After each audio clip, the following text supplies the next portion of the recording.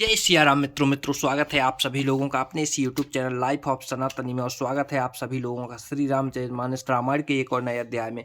तो मित्रों, जैसा कि आप सभी लोग जानते हो कि कल के वीडियो में श्री रामचरितमानस रामायण को दोहा या सोठा क्रमांक 236 पर समाप्त किया था और आज यहीं से आगे बढ़ाने वाले हैं।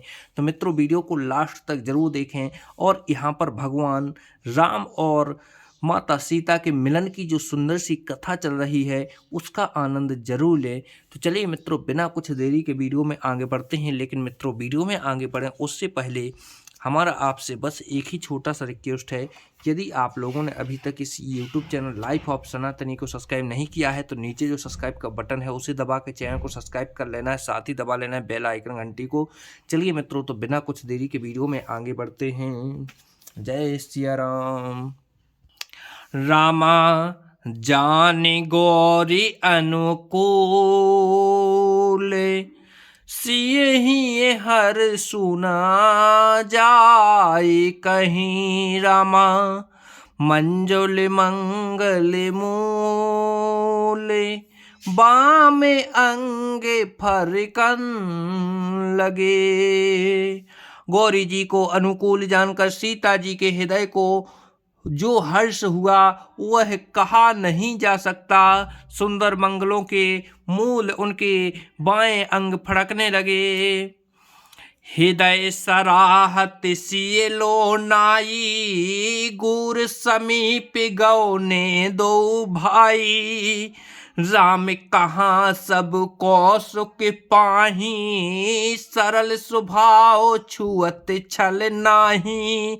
हृदय में सीता जी के सौंदर्य की सराहना करते हुए दोनों भाई गुरु जी के पास गए। श्री रामचंद्र जी ने विश्वामित्र जी से सब कुछ कह दिया, क्योंकि उनका सरल स्वभाव है, छल तो उसे छूता ही नहीं है। सुमन पाए मुनि पूजा कीन्ही, पुण्य आशीष दो भायन दीन्ही। सुफल मनोरथ दो तुम्हारे, राम लखन सुन भय सुखारे। फूल पाकर मुनि ने पूजा की, फिर दोनों भाइयों को आशीर्वाद दिया कि तुम्हारे मनोरथ सफल हों। यह सुनकर श्री राम लक्ष्मण सुखी हुए। करि भोजन मुनि बरो विज्ञानी, लगे कहन कछु कथा पुरानी। विगत दिवस गुरु आयसु पाई, संध्या करन चले दो भाई। श्रेष्ठ विज्ञानी मुनि विश्वामित्र जी भोजन करके कुछ प्राचीन कथाएं कहने लगे। इतने में दिन बीत गया और गुरु की आज्ञा पाकर दोनों भाई संध्या करने चले। प्राच्य दिशि शशि ओयं सुहावा, सिंह मुख सरस देखे सुख पावा। बहुर विचार कीन्ह मन माही, सिय बदन समह में कर नाही। उधर पूर्व दिशा में सुंदर चंद्रमा उदय हुआ। श्री रामचंद्र जी ने इस सीता के मुख के समान देखकर सुख पाया। फिर मन में विचार किया कि यह चंद्रमा सीता जी के मुख के समान नहीं है। जन्म सिंधु पुण्य बंधु विषु, दीन मलिन सकलंके। सिय मुख समता पाओ किम, चंदु बापोरो रंग के।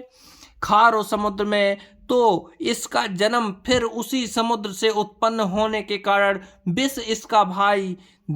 दिन में यह मलिन शोभाहीन निस्तेज रहता है और कर्ण की काले दाग से युक्त है। बेचारा गरीब चंद्रमा सीता जी के मुख की बराबरी कैसे पा सकता है।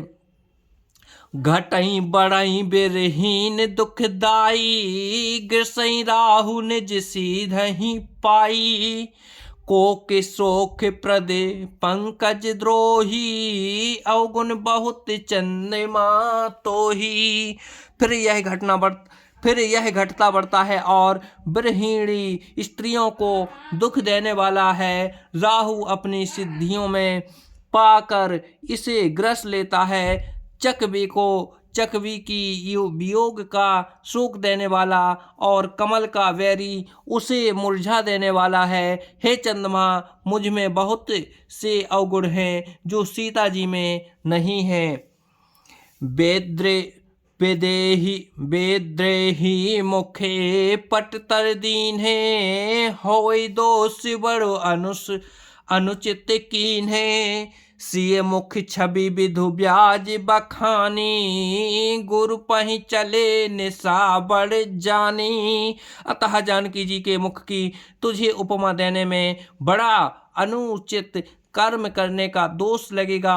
इस प्रकार चंद्रमा के बहाने सीता जी के मुख की छवि का वर्णन करके बड़ी रात हो गई। जानवे गुरु जी के पास चले। कार्य मुनि चरण सरोज पिनामा, आयस पाए कीन्ह विश्रामा।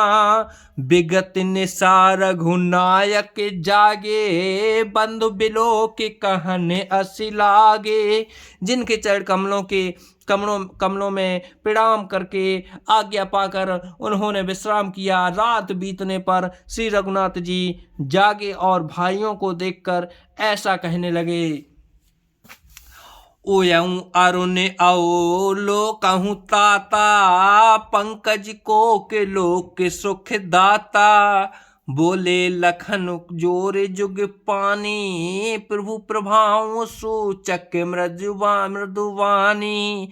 हे तात देखो, कमल चक्रवाक और समस्त संसार को दुख देने वाला अरुणोदय हुआ है। लक्ष्मण जी दोनों हाथ जोड़कर प्रभु के प्रभाव को सूचित करने वाली कोमल वाणी बोले।